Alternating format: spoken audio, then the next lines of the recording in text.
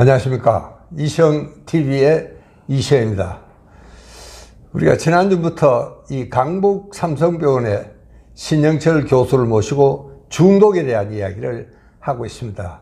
참 무겁고 힘든 정말 토픽인데 우리가 이건 피해 갈 수가 없을 정도로 우리 한국의 중독 문제는 심각한 이런 사회 문제로 부각이 되고 있습니다.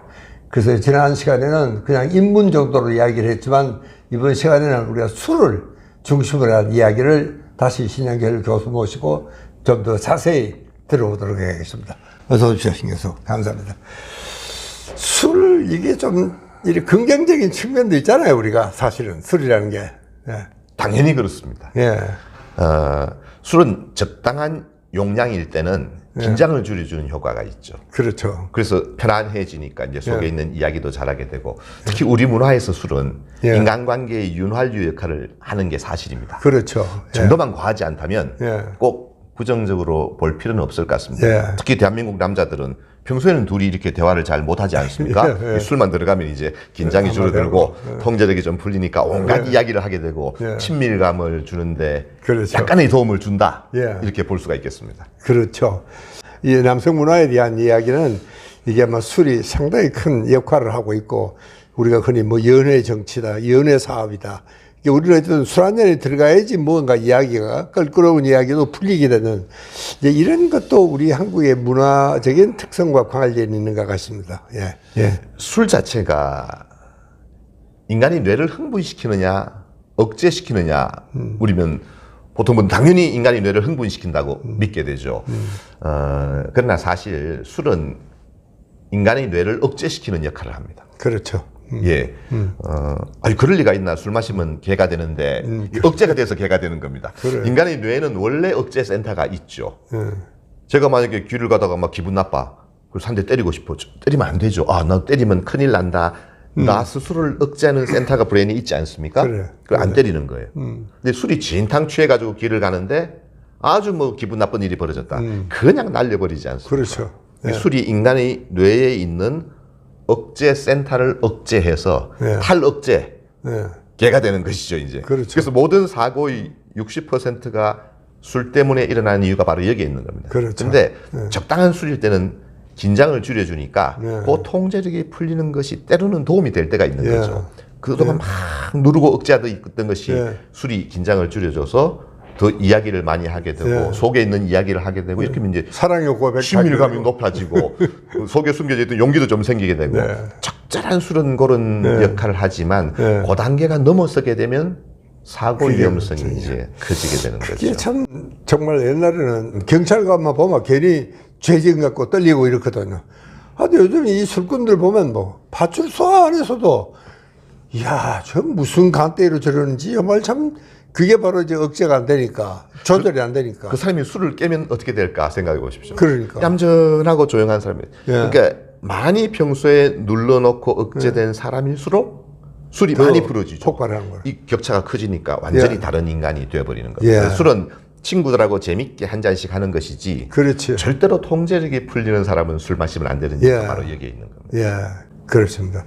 그러니까 이 술도 처음에는 보면은 다소 이런 불안과 이 우리 한국 사회가 워낙 지금 불확실하고 안정이 안 돼 있고 하는 그런 측면들이 많으니까 이런 사회에서는 그래 술이라도 한 잔 마셔야지 좀 지정신이 돌아오는 게 아닌가 이런 생각도 하게 되더라고요. 그건 이제 잠시 현실 도표적인 얘기인데 제가 아까 물어봅니다. 막 스트레스 받아서 술 마셨대. 그래서 술 마셔서 스트레스가 풀렸나 물어보면 그 갈등은 그대로 있는 것이죠. 마누라하고 싸워서 술 마셨대. 해결책은 아니죠. 그러나 잠시 스스로 위안하거나 긴장을 줄이는 데 도움은 되긴 하는데 그 불안과 술과는 밀접한 연관이 사실은 있습니다. 알코올 중독 환자들을 보면은 불안이 높은 분들이 있고 그렇죠. 불안이 높은 분들이 또 술에 의존하는 경우가 있죠. 왜? 술을 마시면 좋아지니까요. 그렇죠. 문제는 술은 불안을 일으키는 데 일조를 합니다. 그러니까 술을 마시면 100이라는 불안이 50이 되죠. 당연히 막 긴장도 풀리고 기분이 좋아지고 막 좋아지고. 문제는 그게 계속 불안을 줄여주면 좋은데 술 기운이라는 것은 짧게는 4시간, 길어도 6시간을 가지 않거든요. 그렇죠. 그러니까 술이 불안을 50까지 줄였다가 술균이 떨어질 때쯤 다시 100으로 올라가죠. 이때 느껴지는 백은 어제 백보다 훨씬 더 큽니다. 이렇게 올라가다가 느껴지는 불안이니까 그렇죠. 더 높아지죠. 그럼 어떻게 해야 될까요? 또 마셔야 됩니다. 여기서 이제 문제가 생기는 거죠. 불안증 환자들이 술을 마시기 시작하면 치료가 대단히 어렵습니다. 왜? 너무 쉽게 불안을 줄이는 방법이 있기 때문이죠. 그렇죠. 그래서 의존하게 되니까 결국은 그 불안증을 더 악화시키는 역할을 하게 됩니다. 이야. 또 실제로 이제 이 불안하면은 잠도 안 오거든요. 근데 이제 술 한잔 마시면 이제 잠도 잘 온단 말이야. 그러니까 술이 과연 불안 해소제고 또 신경 안정제 같은 그런 역할을 얼마나 하는지, 또 술을 마시면 수면제 같은 역할은 또 얼마나 하게 되는지 아마 일반 사람들이 궁금할 거예요. 예.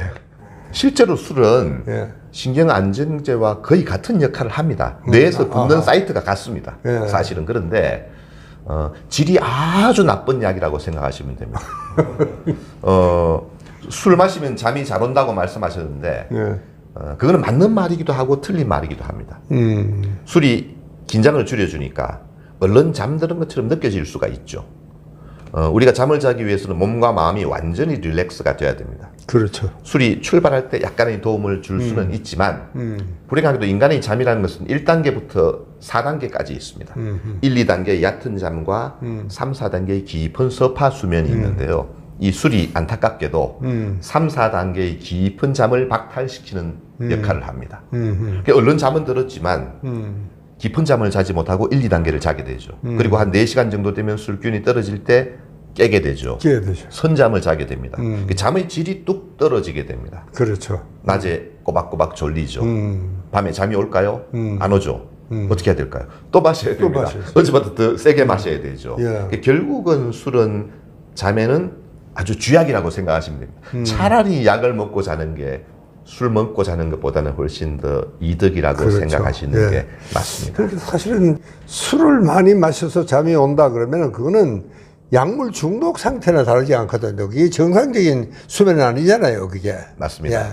술을 끊으니까 잠이 안 온다 그런 사람이 있습니다. 예. 이거는 술이 좀 그동안 과했다는 뜻입니다. 그렇죠. 확실히 거기에 의존하고 있기 때문에 예. 당연히 수면제 역할하던 술이 끊어지니까 잠을 못 자는 것과 똑같죠. 예. 근데 그거는 조금 문제가 있다고 보셔야 될 것 같고요. 예. 그 정도가 되면 반드시 평가를 받고 술 대신 다른 대안을 통해서 뭐 수면 교육도 받고 또 필요하면 약도 쓰고 그렇게 해서 수면을 고치는 게 맞지. 예. 단순히 잠이 안 온다는 목적으로 불안하다는 걸 이기는 목적으로 술을 마시는 것은 중독 성향이 대단히 높다고 볼 수 있습니다. 예. 그리고 정말 이 술이 취하면 물론 잠은 오지만 근데 그것은 정말 건강한 생리적인 잠이 아니고 수면이 아니고 오히려 그게 우리 전체 하루 생활의 리듬을 파괴해서 오히려 건강 전반에 엄청난 이 악영향을 끼치고 있다는 것을 이 술꾼들이 좀 알아줬으면 좋겠다는 이야기입니다. 네. 예.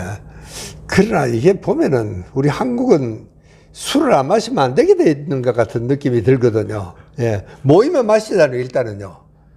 뭐 그것 자체가 우리 사회에 긍정적인 면도 있으니까 제가 뭐 모임에 가지 말라 그런 소리는 하지 않겠고요.